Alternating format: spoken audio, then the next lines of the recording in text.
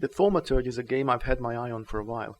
Created by developer Fool's Theory, it transports players into a world of turmoil, uncertainty and conflict, mixing a very specific historical period with its own rich lore and fascinating supernatural elements, even reminding me of the illustrious Shadow Heart series to a certain extent.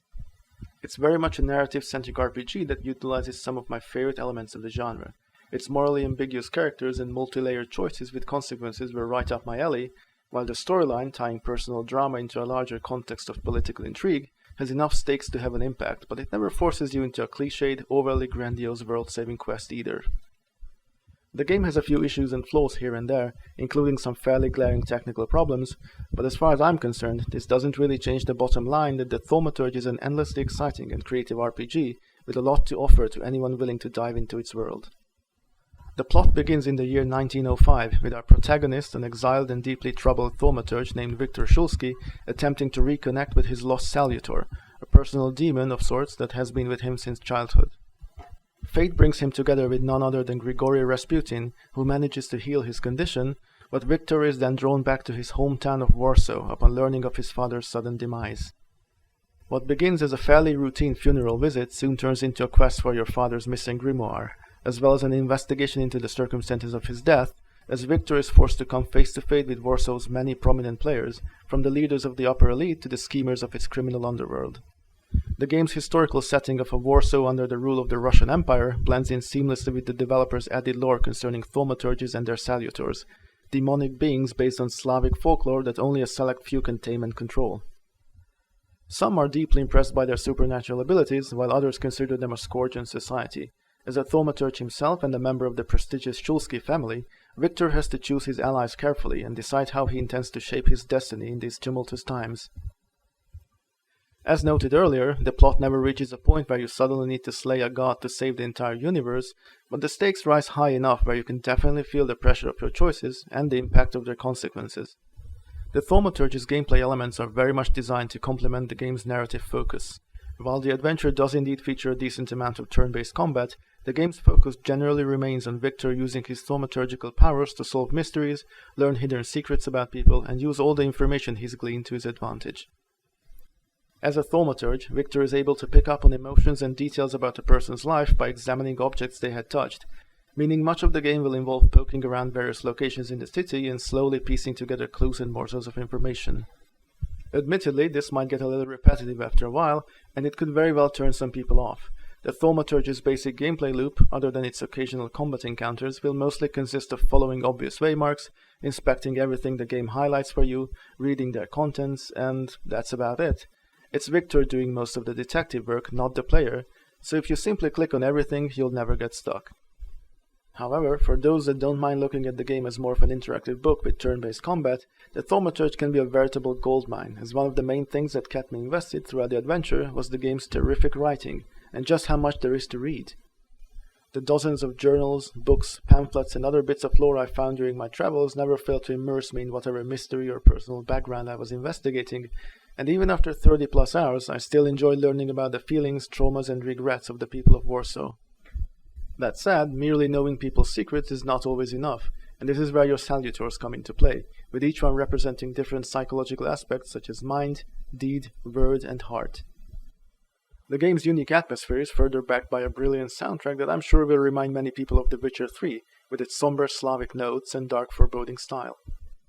By gaining experience points and accumulating skill points, players will be able to allocate set points to improve these aforementioned aspects, many of which can be used in dialogue scenes to stealthily manipulate people or even potentially solve an otherwise impossible situation. How you play your cards and how you develop your thaumaturgical abilities can have a profound effect on the outcome of various quests. In fact, depending on your choices, some routes may end up being closed off forever, while certain other doors may unexpectedly open. The Thaumaturge places a heavy emphasis on letting the player feel the consequences of every decision, even the seemingly small ones, which the lifelong role-playing enthusiast in me greatly appreciated. Combat in the Thaumaturge is handled in a turn-based fashion, with players combining Viktor's physical actions, such as punches, gunshots, and so on, with the psychic attacks of his salutors. You will tame 4 different salutors during the main storyline alone, and another 4 can be captured through optional side quests for a total of 8. Every creature has a vastly unique style, with each one excelling at different things, allowing you to try multiple different strategies when dealing with enemies. Victor's physical actions can also be enhanced with optional and interchangeable bonuses that give each attack a secondary function of your choice, while Salutors, other than dealing damage and dishing out various negative status effects, also serve another very important function, that is, disabling your enemy's unique defensive traits.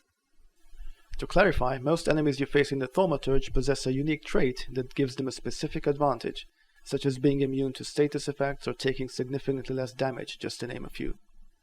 By attacking these enemies with a specific Salutor, you can then disable their trait and take them down much easier, which incentivizes you to use different demons in different situations. Another important aspect of combat comes in the form of the focus system. Every enemy has a set number of focus points, and you can think of them as sanity points if you will. Of course, it's up to you to decide what strategy to use. The game's many abilities, both from Victor and the Salutors, interact with each other in a fairly natural way, making some of the more challenging combat encounters feel like a game of chess where you need to plan ahead and decide in advance which abilities and combinations would be best suited for your current situation. The Thaumaturge isn't a tremendously long game, with the main storyline being roughly 20 hours in length. In fact, a part of me wishes it was longer and slightly more fleshed out, just to give its characters more time to breathe. However, there is a decent amount of optional side content to keep you occupied.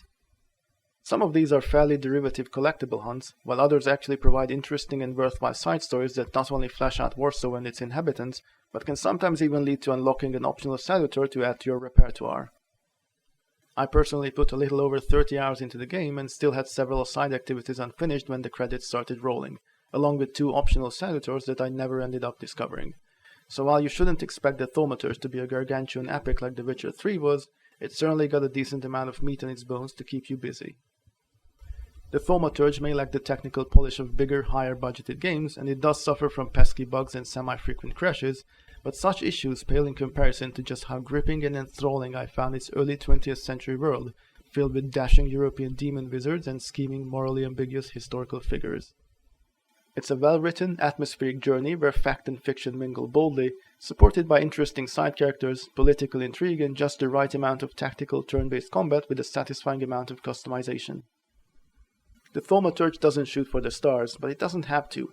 Even with its flaws, it's got plenty of merits to make it stand out from the crowd, and so it gets a very strong recommendation from me.